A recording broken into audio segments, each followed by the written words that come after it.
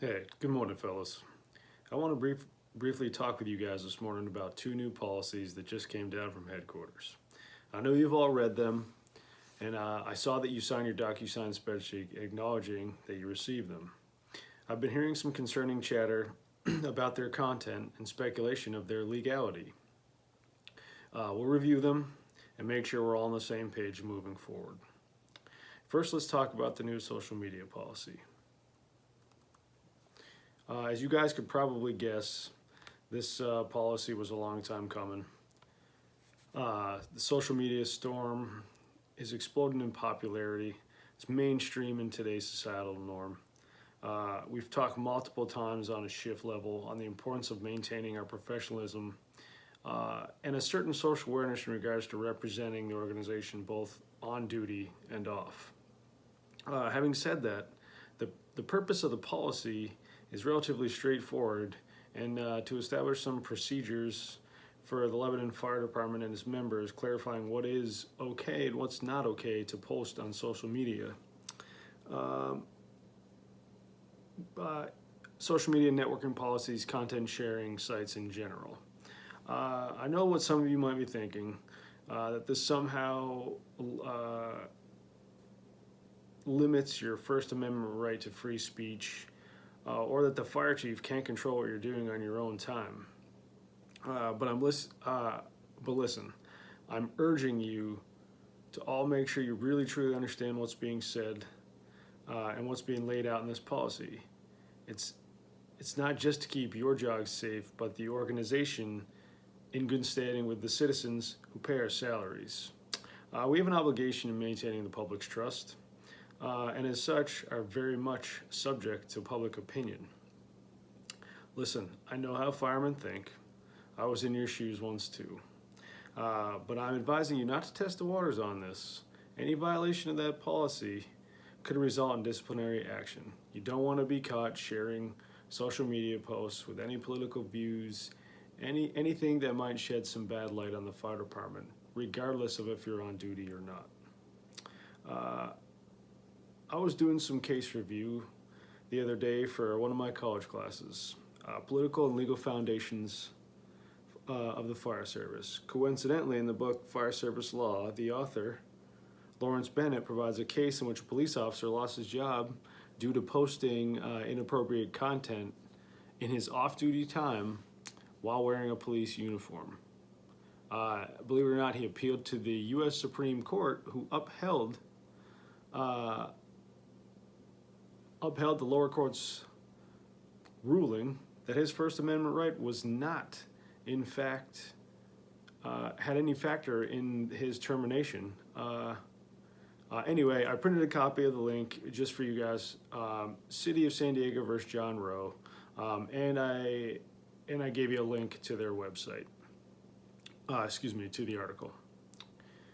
Any questions with that? See me at a later date. Next, regarding the family medical leave policy.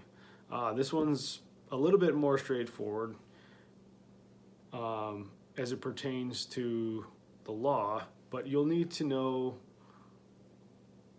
a little bit more about your rights as the employee, and you absolutely need to know the city's rights as the employer. The purpose of FMLA policy is to establish the standard regarding how, when, and what you may do or how you may request that leave under the FMLA policy, or what the city can do to put you on FMLA. I know most of you are already kind of familiar with FMLA as it pertains to getting some time off to care for your significant others and your babies during like maternity leave. But again, hearing the rumbling around the break room and at shift change, I felt it necessary to clear some things up. First, I know you guys know about the incident at the Element Hotel. A few of our guys getting hurt pretty bad. And I knew it shocked you and angered some of you that even though the injuries were covered under workers' comp and happened on duty, the city put them on FMLA. Understand that they have that right. As the policy states, city policy states in paragraph D, the qualifying event in the policy, I've confirmed with the collective bargaining agreement and our legal representation that this is the city's right and in fact a common practice and based in legality. I think it's important to note that as far as the city's rights go, we hold them accountable to our rights in the collective bargaining agreement, and we need to respect or at least understand their rights as a city. Secondly, it's most important to know what FMLA provides. In most cases, it provides a period of 10 weeks in a 10 weeks of unpaid leave in a 12-month period, not a calendar year. And that protection is limited to holding your job placement, your positional standing, and your seniority. It is not financial security. The city is not required to pay your wages and benefits when they put their on you. It is their choice to do so if they do that. Where both parties seem to get in trouble here is the documentation and the communication process. Remember, the burden of having accurate and appropriate documentation falls on both the employee and the employer. But I'm telling you, keeping the city informed of any changes in your circumstance, if you're on FMLA, is most important from our standpoint. It will certainly assist you in keeping you out of the disciplinary process.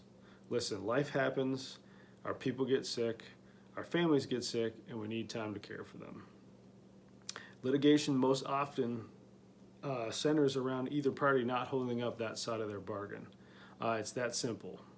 Again, you're not entitled to anything more than the law will allow, and the city cannot terminate, discipline, or discriminate against you because you have utilized FMLA benefits.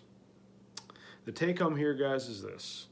When it comes to staying out of trouble, your greatest tool is common sense. It has been my experience. If it doesn't feel right, don't do it. If it doesn't sound right, don't say it, or better yet, don't post it. If you have any questions, do not hesitate to ask.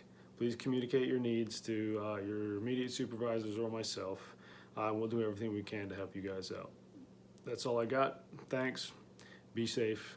Have a great shift.